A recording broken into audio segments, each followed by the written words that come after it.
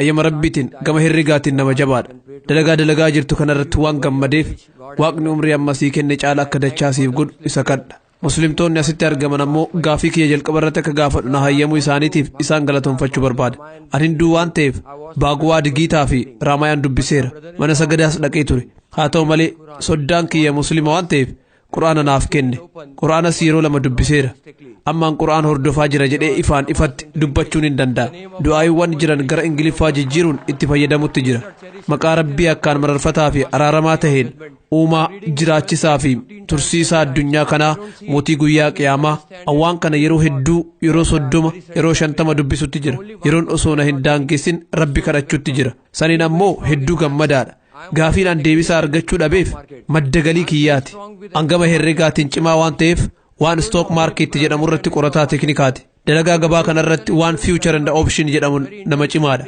gabaa stock jedhamu kana namni asitti argame hundi waan beeku natti hin fakkaatu beekumsa herregaatiin cimaa yoo taate akkaataa waatti daladdu yoo kabeeytu xumura ji'a irratti yeroo hunda bu'aa argatta dalagaan kun tapha herregaati namoonni hedduu waan kana hin hubatan dalagaa akkanaa kanarraa galii argataa jiraachuun hayyamamaadha anama maallaqa argataa jira uf duras argachuun hin danda'a wanti kun waggoota dabre sadiif na cinqaa ture awwaan dogongoraa dalaguun fedhu wanti kun dogongora yoo ta'e ifirraa dhiisa gara dalagaa barsiisummaa deebi'uu danda'a alhamdulillah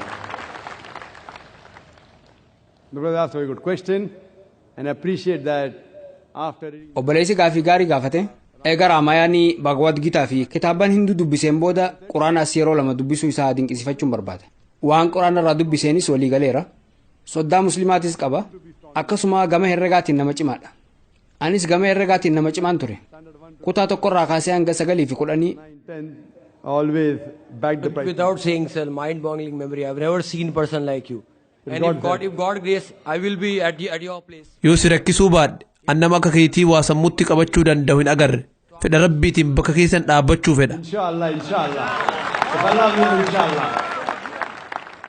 dura gaafii isaatiif deebisaa kannee gara dubbii isaa kan xumuraa dhufa gaafii isaatiin wal qabatee namni kun gabaa stock market jaamu keessa jira wantoota feature and option waan tokkoof duratti gatii fi barbaaddetti karoorsuun gurguruu yookaan bituu jaamuutu jira ati herregaa fi xiinxala irratti nama cimaadha kanaafuu xumura ji'a irratti yeroo hunda bu'aa argachaa jirta kanaafuu gaafiin kee maallaqni argachaa jirtu kun haraam immoo halaal kan jedhu gabaa stock jaamuun wal qabatee akka jiru sanitti haraamii miti waan isa keessatti hojjettuutu gama islaamummaatiin ilaalama islaamummaa keessatti wanti haraam jedhame ribaa yookaan dhala quraanni bakka garagaraa 8tti dhala nyaachuun haraam jeebsee jira suuraa al-imraan suuraa 3:130 irratti suuraan isaa suuraa 4:161 suuraa al-baqaraa suuraa 2:275 276 278 irratti yaa warra rabbitti amantan rabbi sodaadha yoo muumintoota taatan dhalarraa waan namarratti hafe dhiisaa jedha warra ribaa hin dhiisneen ammoo rabbi suuraa al-baqaraa suuraa 2:279 irratti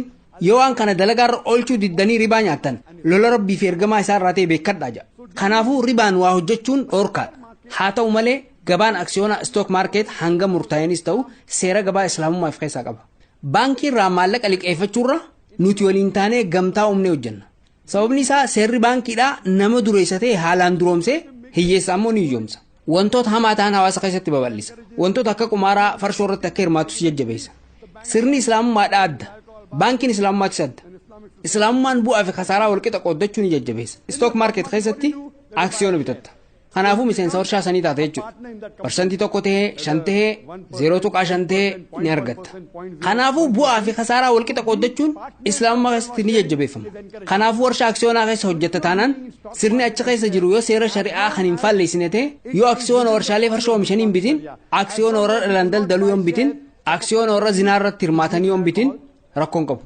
dhaabbilee hammeenya hawaasa keessatti babal'isan kanneen akka farshoo dawaalee sammuu namaa dochan dhaabbilee zinaa babal'isan tadii dhaabbilee filmii fi kanneen kana fakkaatan yoo aksiyoona dhaabbata kanneen bitatte haramta lammaffaan yoo oduu facaasuu keessatti hirmaatte suni qumaara beekta gabaa stock market jaamu keessatti namoonni meeshaa bitanii daqiiqaa lama booda ammoo deebisanii gurguran sunis odeeffannoo qaban irratti hundaa'eeti qumaara dalaguun islaamummaa keessatti dhorkaadha gabaan akkana ta'e jechaa nama oduun sabuun hin ta'u kanaafuu stock market gaarii yoo ta'e waan gaarii yoo dalaydu nama sorodhu dalagi anu stock market keessa jira Qabxii an si gaafadheef deebisaa naa kennaa hin jirtu.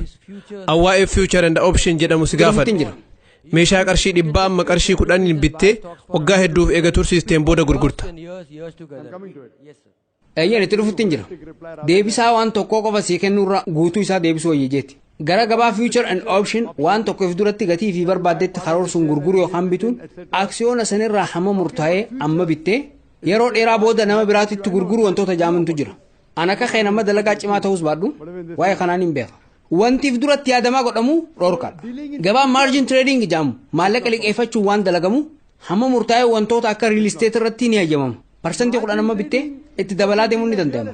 Sababni isaa mana san kafaltee fixuudhaaf yeroo dheeraa sitti fudhachuu mala. Waggaa 2 keessatti kafaltee fixuu qabda. Amma parsantii 10 kafaluu qabda. Parsantii 20 immoo booda kafalta. Hammi isaa dabalaa deema jechaa gurgurattee rakkoon qabu. Haa ta'u malee gabaa aksiyoonaa keessa wanti akkasiin jiru. Gabaa fiichar irratti wanti akkasiin jiru. Meeshaa saniif harkaa waan hin qabneef jecha maallaqa hamma murtaa'e kafaltee namni biraa immoo si gargaaree yoo gatiin gad bu'e immoo waan hedging jedhamu fayyadamta. Hedging beektaa? Khasaaraa kee wal madaalchisuuf kallattii lameenittu dalagu. Wantoonni kunniin islaamummaa keessatti hin hayyamaman.